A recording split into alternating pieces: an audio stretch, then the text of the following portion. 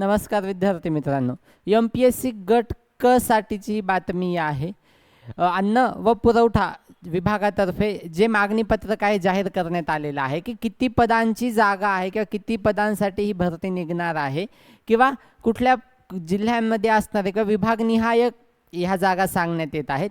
त्यासोबतच तुमच्याकडे असणारं जे टायपिंग आहे ते टायपिंग तुमच्या कामाचं आहे का आणि कुठल्या पदांसाठी हे कामाचं आहे आज ह्या व्हिडिओमध्ये पाहणार आहोत। व्हिडिओ शेवटपर्यंत पहा।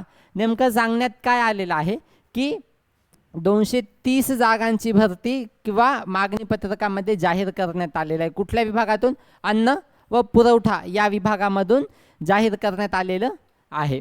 तर ह्या 230 ज्या जागा आहेत ह्या विभागनीय कशा आहेत तर 85 जागा ह्या मुंबई मुख्य कार्यालयासाठी आणि 145 जागा या क्षेत्रीय पुरवठा यंत्रणा अर्थात विभागनिहाय देण्यात येणार आहेत, विभागानुसार देण्यात येणार आहेत।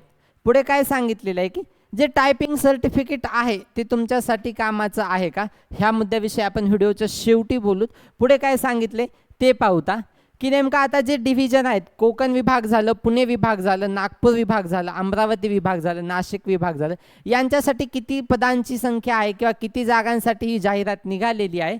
तर कोकण विभागासाठी 56 पोस्टसाठी, पुणे विभागासाठी 43 पदे, नागपूर 29, अमरावती 10 पदे आणि नाशिकसाठी फक्त 7 पदांसाठी ही जाहिरात निघालेली आहे। तर पुढे पाहूता आपण की कोकण 56, रायगडसाठी 23, broad spread distribution across 5 district, म्हणजे की ज्या 5 जिल्ह्यांपैकी सर्वात जास्त जागा कोणासाठी भेटलेल्या आहेत तर रायगड या जिल्ह्याला भेटलेल्या आहेत।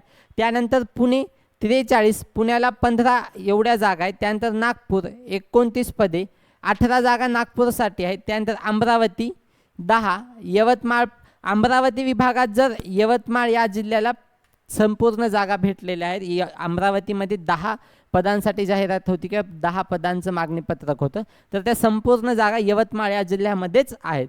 त्यानंतर नाशिक जिल्ह्यासाठी 7 पदे, जे जळगावला 4 आणि नंदुरबार 3 अशा प्रकारे विभागून देण्यात आलेलं आहे। मला कोकणमध्ये काय तर सर्वात जास्त 23 रायगडसाठी, 11 रत्नागिरी जिल्ह्याला, 9 पालघर जिल्ह्याला, 7 सिंधुदुर्ग जिल्ह्याला आणि 6 ठाणे जिल्ह्याला। सर्वात जास्त रायगड या जिल्ह्यामध्ये जागांची भरती होणार आहे। त्यानंतर पुण्यासाठी, पुण्याला 15 जागा, त्यानंतर सातारा जिल्हा 13, कोल्हापूर 12 पदे आणि सोलापूर जिल्ह्याला केवळ 3 पदांची जाहिरात निघालेली आहे। यानंतर नागपूर जिल्ह्याविषयी आपण पाहूता, नागपूर विभागाविषयी आपण पाहूता की नागपूर विभागात 6 पोस्ट या गडचिरोलीसाठी, म्हणजे 6 पदे हे गडचिरोली या जिल्ह्यासाठी आहे आणि 5 पोस्ट या भंडारा या जिल्ह्यासाठी देण्यात आलेल्या आहेत। पुढे काय सांगितलेलं की नाशिक डिव्हिजनमध्ये आत्ता सांगितलं की 4 जळगावला आणि बाकीच्या उर्वरित 3 आहेत ह्या नंदुरबार या जिल्ह्यासाठी भेटणार आहेत। आणि अमरावती डिव्हिजनमध्ये जे 10च्या 10 पद आहेत ते केवळ फक्त यवतमाळ जिल्ह्यामध्ये असणार आहेत।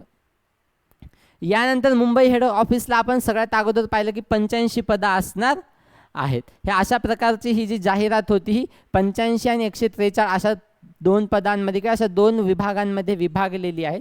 आपण संपूर्ण विभागांविषयी पाहिलं की कुठल्या जिल्ह्यात किती प्रकारच्या जागा निघालेल्या आहेत।